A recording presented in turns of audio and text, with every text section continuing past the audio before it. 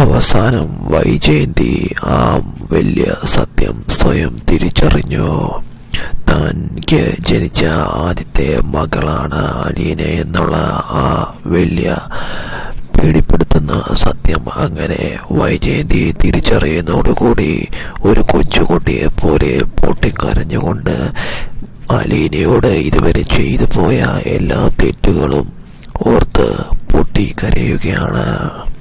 അതിനുശേഷം അലീന എവിടെയെന്ന് അന്വേഷിച്ചുകൊണ്ട് അലീനയുടെ അടുത്തേക്ക് ഓടിച്ചെന്ന് ഒരു അമ്മയുടെ സ്നേഹവാത്സല്യങ്ങളോടുകൂടി അലീനയെ കെട്ടിപ്പിടിച്ചുകൊണ്ട് അലീനയുടെ കാലിൽ വീണ് പൊട്ടിക്കരഞ്ഞുകൊണ്ട് അലീനയെ കെട്ടിപ്പിടിച്ച് ചെയ്തു പോയ എല്ലാ തെറ്റുകൾക്കും മാപ്പപേക്ഷിക്കുകയാണ് വൈജയന്തി.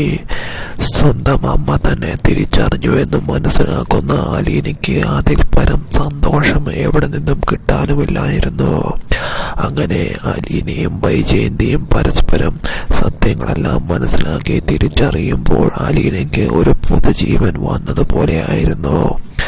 ചെയ്തു പോയ എല്ലാ തെറ്റുകൾക്കും അപരാധങ്ങൾക്കും എണ്ണി എണ്ണി ഒരു കൊച്ചുകുട്ടിയെ പോലെ അലീനയുടെ മുൻപിൽ നിന്ന് കരഞ്ഞ വൈജയന്തിയെ ആശ്വസിപ്പിച്ചുകൊണ്ട് അമ്മ എന്നെനിക്ക് വിളിക്കാൻ പറ്റിയല്ലോ എന്ന് അലീന